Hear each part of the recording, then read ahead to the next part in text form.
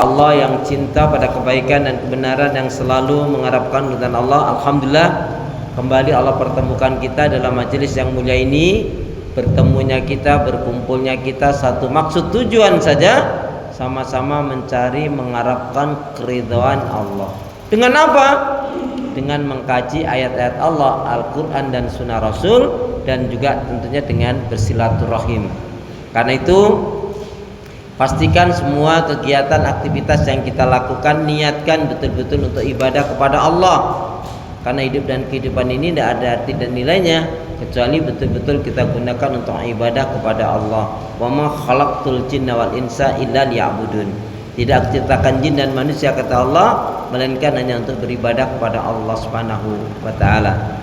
Kemudian doa minta kita semoga hati, iman, ibadah, akhlak dan ilmu yang Allah berikan kepada kita hendaknya menjadikan kita bisa lebih baik daripada hari-hari sebelumnya, bisa memberikan manfaat yang banyak pula untuk diri, keluarga, teman, sahabat, saudara, tetangga dan orang lain. Dan insya Allah dengan semangat fastabiqul khairat, berlomba-lomba di banyak kebaikan, dan dengan istiqomah yang kita minta akhir kehidupan kita mati dalam keadaan husnul khatimah. Amin ya rabbal alamin. Kenapa ya?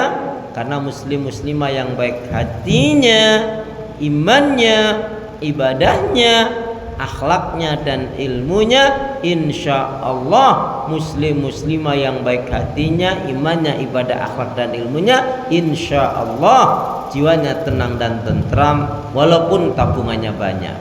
Amin ya rabbal alamin. Salah satu nasihat Rasul yang jangan pernah kita lupa apa? Seorang muslim mukmin yang baik itu dia tidak boleh terjatuh dalam satu lubang dua kali dalam kasus yang sama. Artinya fakir qablan ta'zim itu penting. Berpikir terlebih dahulu sebelum berucap dan berbuat. Imam Bukhari beliau memberikan nasihat begitu indah, al ilmu qablal qaul wal amal. Ilmu itu harus didahulukan terlebih dulu sebelum berucap dan berbuat. Berapa banyak orang yang berucap terlebih dulu akhirnya dia nyesal, ya. Berapa banyak orang yang berbuat menyesal karena nggak ngerti ilmunya. Maka ketika kita memahami ayat a'udzubillahi minasyaitonirrajim, a'udzubillahi minasyaitonirrajim, wala taqfu ma laysa laka bi ilm, inna sam'a wal basara wal fuada kullu ulaika kana anhu mas'ula. Janganlah kalian melakukan amalan ibadah yang kalian enggak ketahui ilmunya, karena sesungguhnya pendengaran, penglihatan dan hati akan dimintai pertanggungjawab oleh Allah Subhanahu wa taala. Wala taqfu itu cakupannya 3. Jangan kamu mengatakan sesuatu yang kamu enggak ngerti ilmunya. Jangan kamu melakukan sesuatu yang kamu nggak ngerti ilmunya. Jangan kamu mengikuti sesuatu yang kamu nggak ngerti ilmunya.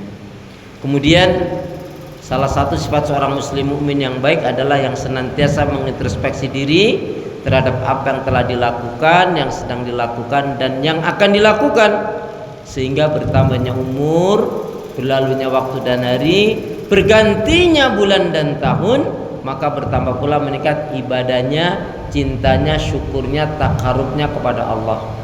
Kita akan digolongkan hamba Allah yang rabihun, hamba Allah yang beruntung, manakala kita mampu menjadikan hari ini kita lebih baik dari hari kemarin, hari esok lebih baik daripada hari ini. Rugi jika hari ini kita sama dengan hari kemarin, hari esok sama dengan hari ini. Na'udzubillah min dzalik, jika hari ini kita lebih buruk dari hari kemarin. Ada ungkapan begini, miskin itu bukan pilihan, ya, miskin itu bukan pilihan, tapi tetap berada di dalam kemiskinan itu adalah satu kebodohan, ya. Kita nggak ngerti, ya harus belajar. Makanya hidup ini adalah pilihan. Tentukan pilihan, hadapi kenyataan, kembalikan, sandarkan kepada Allah. Mau tumbuh atau layu, mau tumbuh atau layu, mau bangkit atau sakit, mau susah atau bahagia, mau begitu-gitu saja atau berubah, tergantung diri kita sendiri dengan minta kekuatan pertolongan kepada Allah. Dan selalu diingat konsepnya, Allah nyatakan innallaha la yughayyiru ma biqaumin hatta yughayyiru ma bi anfusihim. Sesungguhnya Allah nggak akan merubah keadaan seseorang atau satu kaum sehingga kaum tersebut mau merubah dirinya sendiri. Maka ikhwan dan akhwat harus memiliki jiwa besar, ya, jiwa semangat untuk berubah menjadi lebih baik, ya. Jangan begitu-begitu saja, ya. Jadi konsepnya harus terpacu terus untuk melakukan banyak lebih baik. Ibhasu, cari, ya. Apa yang kita cari? Kebaikan, ilmu, hal-hal yang bermanfaat, hal-hal yang berfaedah, hal-hal yang bisa menjadikan bekal kita untuk menghadap Allah Subhanahu wa taala. Baik.